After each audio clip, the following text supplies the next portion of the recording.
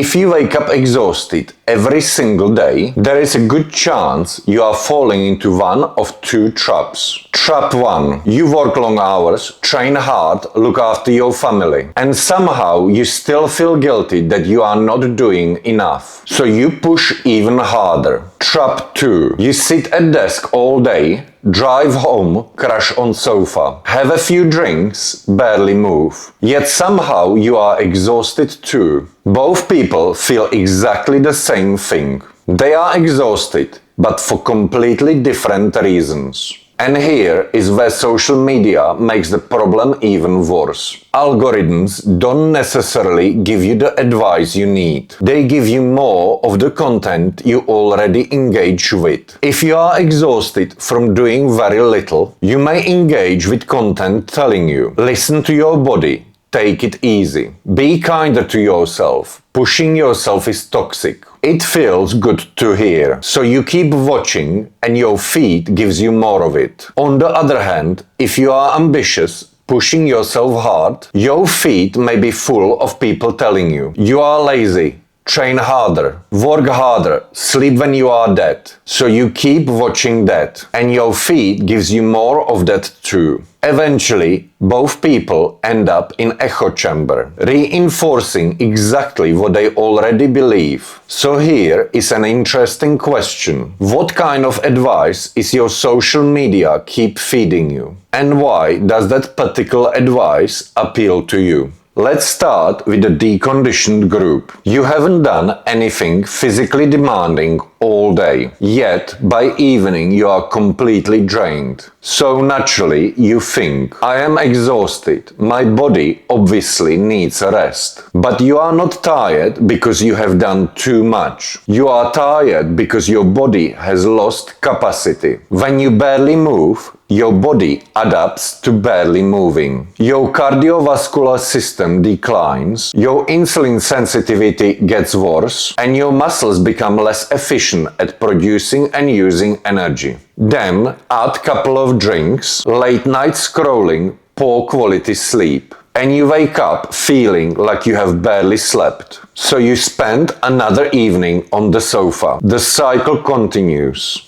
Doing less and less doesn't give you more energy. Eventually, it gives you less capacity to do anything.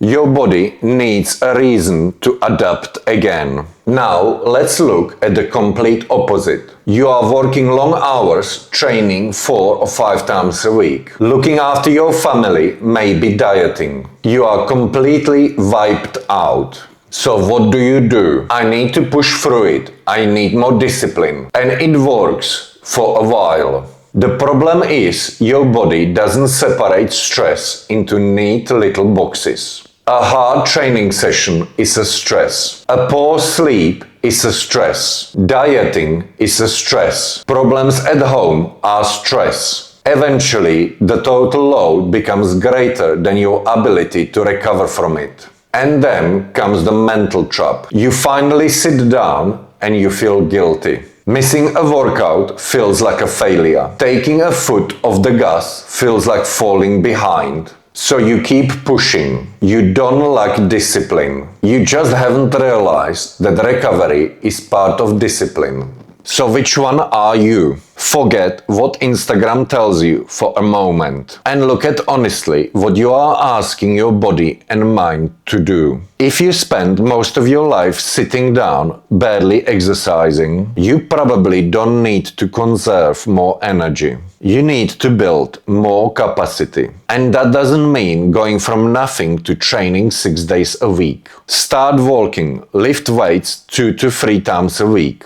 Get a little fitter. Give your body something to adapt to. And gradually ask more from it. But if you are already working long hours, training hard, dieting, dealing with family responsibilities, sleeping 6 hours a night, something has got to give. Maybe that's one less training session. Maybe you stop taking every single set to failure. Or maybe you simply spend evening with your family without feeling guilty about it. And I think that's the part both sides get wrong. Recovery isn't doing nothing, and discipline isn't always doing more. Sometimes discipline is getting yourself to the gym when you don't feel like it. And sometimes discipline is recognizing you have done enough and going home. The goal isn't to see how much punishment you can tolerate, and it isn't to make your life as comfortable as possible. The goal is to build enough physical and mental capacity to perform well at your work, your training, your relationship, and your life, and still be able to do it again tomorrow, next year, and 10 years from now. That is sustainable energy. So take an honest look at your own life, not what social media tells you, not what some motivational speaker tells you. What do you actually need right now? More capacity or more recovery? If you are a man over 40 doing the basics right and still struggling with energy, low testosterone can be another piece of the puzzle. I have put together a free guide covering 5 signs of low testosterone. You will find a link in the description. If you enjoy honest conversation about health, performance and rebuilding yourself after 40, subscribe and I will see you in the next one.